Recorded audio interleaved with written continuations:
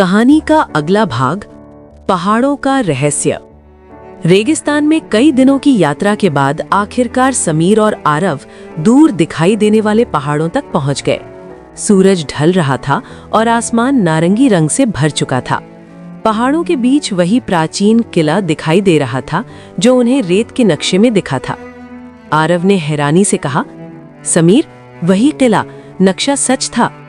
समीर ने चमकते पत्थर को हाथ में लिया। पत्थर अब पहले से भी ज्यादा तेज नीली रोशनी दे रहा था। जैसे जैसे वे किले के करीब पहुंचे, पत्थर की रोशनी और तेज होती गई। किले का विशाल दरवाजा टूटा हुआ था। अंदर चारों ओर सन्नाटा था। दीवारों पर पुराने योद्धाओं और तलवारों की नक्काशी बनी हुई थी। तभी अचानक पीछे से आवाज आई, रुको, एक कदम भी आगे मत बढ़ना। दोनों ने मुड़कर देखा। काले कपड़ों में कुछ लोग खड़े थे। उनके हाथों में हथियार थे। उनका नेता बोला, हमें वो पत्थर दे दो, वही पत्थर इस किले के रहस्य को खोल सकता है। समीर ने धीरे से आरव से कहा, लगता है ये लोग हमारे पीछे पीछे आए हैं। तभी पत्थर अचानक बहुत तेज चमकने लगा।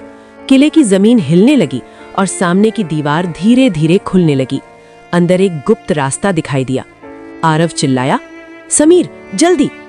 दोनों दोस्त तुरंत उस गुप्त रास्ते के अंदर दौड़ पड़े। पीछे खड़े लोग भी उनका पीछा करने लगे। गुप्त रास्ता एक बड़े कक्ष में जाकर खत्म हुआ। कमरे के बीचों बीच एक प्राचीन पत्थर का सिंहासन था और उसके ऊपर एक चमकती हुई तलवार रखी थी। जैसे ही समीर उस तलवार के पास पहुंचा, नीला पत्थर हवा में उठ गया और तलवार से मिल गया। अचानक पूरा कक्ष रोशनी से भर गया। दीवारों पर बने चित्र जीवित होने लगे और एक गूंजती हुई आवाज सुनाई दी, जो भी इस पत्थर और तलवार को एक साथ लाएगा, वही इस प्राचीन शक्ति का रक्षक बनेगा।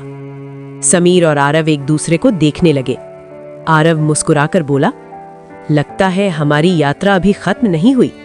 समीर ने तलवार को उठाते हुए कहा, नहीं, अब असली रहस्य शुरू हुआ है।